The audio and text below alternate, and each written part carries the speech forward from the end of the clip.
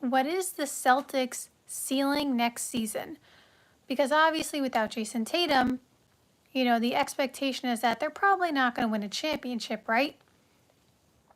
But how far and how many wins can they get next season without Jason Tatum?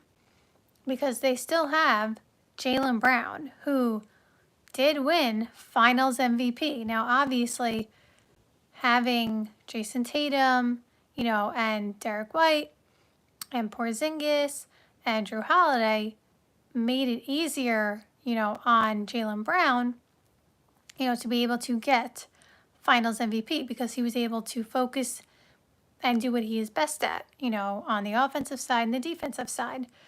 So obviously when you have a full team around you, it's easier to, be that high level player.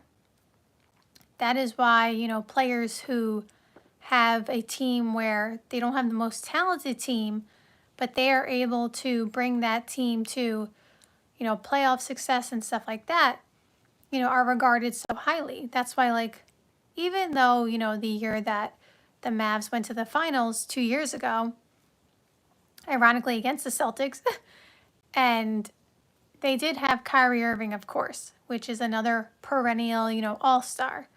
And there was plenty of talent up and down that roster. Everything fits so well. Derek Lively was awesome. Daniel Gafford was awesome. PJ Washington, right? So it's not to say that Luka did it by himself. There was plenty of depth and talent, on that team. But did anybody think that the Mavs were the most talented team in the league, right? Like, I don't know how many people were picking them to come out of the West, especially given the fact that the year prior, they didn't even make the play-in with Luka and Kyrie. I believe that was the year prior. So, with that being said, because Luka, again, talent, another all-star, but because they were not the most talented team and he was able to clearly be the best player, right, and carried them, so to speak, to the NBA Finals, it was regarded as such an accomplishment and to show how good, Luka is as a player, to be able to uplift his team to that level. So with that being said, going back to Jaylen Brown on the Celtics, next season, he's not going to have Jason Tatum. They don't have Drew Holiday and they don't have Porzingis anymore. So really, their team is built around Jaylen Brown, Anthony Simons for the time being.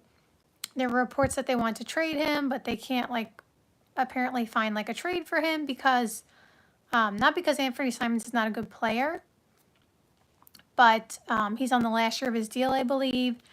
And it's just kind of teams are, the new CBA. I know I talk about it all the time on this channel, but it makes teams not necessarily so eager to just make trades.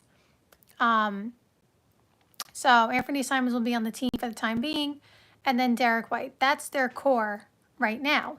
Al Horford is likely leaving, as we've discussed. Luke Cornett is gone. So their roster from last year is not, not even remotely close to what it was. So back to the initial topic, what is the ceiling for the Celtics next season? Do we think they can make the playoffs? Well, in the East, as we've talked about many times, there seems to be an opening. Part of that is from the Celtics, who don't have their full roster, right? So not having their full roster obviously makes their spot potentially open for another team. The Pacers, obviously without Tyrese Halliburton, it's going to be hard for them to, have a lot of success without Tyrese Halliburton. Now, there are teams who got better, like the Atlanta Hawks, right? They could potentially be a playoff team. They have Porzingis too, ironically. They got him from the Celtics. So they got better. The Magic got better. So there are other teams in the East who got better and could potentially take the spot of the Boston Celtics. However, with Jaylen Brown, Derek White, and Anthony Simons, because the East is still wide open, I think they should have enough to make a play-in spot. I don't know if they can make a playoff spot. I wouldn't rule it out. It's hard to say because I feel like people, well, you wouldn't know because it didn't happen, but like the value of Jason Tatum, Porzingis, and Drew Holiday, that's a ton of wins. With those three combined, the amount that they all impacted winning, I feel like is not really it's being undersold. So obviously Jaylen Brown, Derek White, and Anthony Simons is still a talented, three-man group, but does that necessarily guarantee a playoff spot? I'm not sure. I think it definitely guarantees at least a play-in spot. I think they could be a top 10, team in the East. I don't think that's really far-fetched. And it wouldn't be unfathomable for them to be a top 8 team in the East because, again, the East is wide open. I just don't know if I would put my money on it. So I think the Celtics, again, could be a play-in team, could be a playoff team. Let's say they make the playoffs. And obviously Jaylen Brown is leading the way. And he's an all-star. Obviously for them to make the playoffs, he's got to be an all-star caliber player. That's really the only way they have a path. So let's say they make the playoffs and they are, let's say they're the 7 seed. And that would be putting them against the number 2 seed, which in my mind and a lot of people's minds is either going to be the Cavs or the Knicks. So I think if they face either of those teams, they'll probably get beaten because you're talking about potentially the 2 best teams in the East. No, don't sleep on the Orlando Magic, though. That Magic team, they made some good moves. That team might surprise some people. They already had the defense. Now they got Desmond Bane for some offense. They're looking pretty good over there. Well, let's just say it's the Cavs or the Knicks, and those 2 are the 2 best teams, in the East, by the end of next season. Let's say that's true. I think they would get knocked out in the first round, unfortunately for the Celtics, because they just don't have enough to compete with those teams. I mean, they already lost the Knicks last year at full strength. I know Jason Tatum got hurt in game 4, I believe. But the Knicks were already up 3-1, or they were about to be up 3-1. They were going to beat the Celtics anyway. I mean, I guess there's always, a chance for a comeback. Never say never, but the Knicks were probably going to win regardless. So at full strength, the Knicks beat the Celtics, pretty much. So with a depleted Celtics team, I don't think it's unrealistic to imagine that the Knicks would beat them again. And for the Cavs, I think it's just kind of the same, scenario. The Cavs are going to be loaded, deep, full strength, and the Celtics are just not going to have enough. They're just not going to have enough. So because of that, I think the Celtics would get knocked out of the first round. If the Celtics played, I don't even know which team. If the Celtics played the Milwaukee Bucks in the first round, do we think the Celtics have enough to beat the Bucks? Because the Bucks are another team where everybody's looking at them as they need more, which I agree with. I don't think they're a championship contending team at the moment, but I would pick the Bucks because I think Giannis is by far and away the best player in that series. And I think he's super motivated to not get knocked out in the first round again because it's happened too many times. So I would still pick the Bucks to beat the Celtics. I think it would probably be a little bit closer, potentially. But then again, the Celtics would have nobody to guard Giannis. Even if you put Derek White and Jaylen Brown on him, that's not enough to guard Giannis. So I would say that the Celtics would probably lose. To them, they would probably lose, and this is no disrespect to the Celtics. Everybody knows the Celtics are, retooling for 2027, when Jason Tatum's healthy. So, like, just making the playoffs without Jason Tatum and Drew Holiday and Porzingis, I think is an accomplishment. I think they should be proud of that, if they do that. So I think they should be proud of that, even if they get knocked out of the first round, because the team is not at full strength.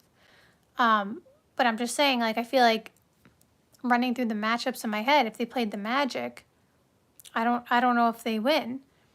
If they play the Pistons, I don't think they win. Just assuming that these are the teams that make the playoffs. If they play the Hawks, if the Hawks make the playoffs and they match up, I don't know if they win. I'm not sure. Because the Hawks, like I said, they put together a nice roster this offseason. They took Porzingis from the Celtics. So that's obviously going to be an advantage there. You have Trae Young. You have Onyeka Okongwu, who I've talked about on this page. I think he's underrated. Dyson Daniels, he's getting better every year. Jalen Johnson's going to be healthy next year, who could have been an all-star last year. So the Hawks have some nice players. So I guess if you were thinking of a matchup, just because that team is unproven, I guess if you want to say, with the Hawks, just because Jalen Johnson's never been to the playoffs, Dyson Daniels, that would be all new territory for them. So because we haven't seen it all happen in the playoffs together, maybe the Celtics, could have a chance against them. But I still think I would pick the Hawks because I feel like the Hawks just have more. That's really what it is. Again, it's no disrespect. It's just like with no Jason Tatum, it's hard to compensate for that alone. Like everything that Jason Tatum does, let alone, again, the loss of Drew Holiday and Porzingis. It's hard to compensate for all of that. So I just feel like if the Celtics make the playoffs, they should be proud of that. Like, I think that's enough.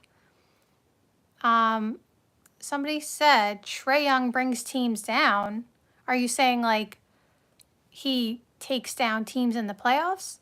Or he brings his own team down? Because I don't think he makes his own team worse, if that's what you're saying. I don't agree with that. I respect your opinion, of course, but, like, if the Hawks didn't have Trae Young, they wouldn't even be in conversation to make the playoffs.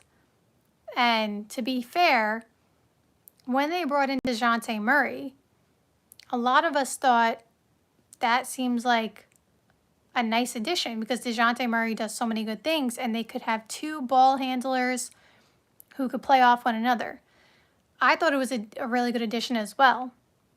But it was not a great fit. It didn't work out, because Trae Young wants the ball in his hands and so does DeJounte Murray. And so, like, it kind of just wasn't a great fit and didn't allow Trae Young to, be his best self. So I feel like when they did the DeJounte Murray trade and stuff like that, it kind of made them take a step back, and they kind of had to retool around that over the next couple of years because they just had to figure out what are the right pieces, to put around Trae Young. And because they made a trade for a player like DeJounte Murray, they had to figure out, how to, I don't want to say fix that because DeJounte Murray is a good player. It's just like it wasn't a good fit with Trae Young. So they had to figure out how to fix that because, in 2021, they made the Eastern Conference Finals. I know some people will say it's a fluke because they haven't been back there since, but I feel like you can look at it two ways. Maybe at the time they weren't ready to be an Eastern Conference Finals team, but I also don't think you get to the Eastern Conference Finals by accident, right? Like, I feel like if you got there, like, they won 2 rounds before that. You don't just win 2 rounds in the playoffs by accident, you know what I mean? So, like, maybe they went a little ahead of schedule, got a little bit of luck, which, is part of what happens in the playoffs. But I also feel like, again, you don't just win 2 rounds on accident. So,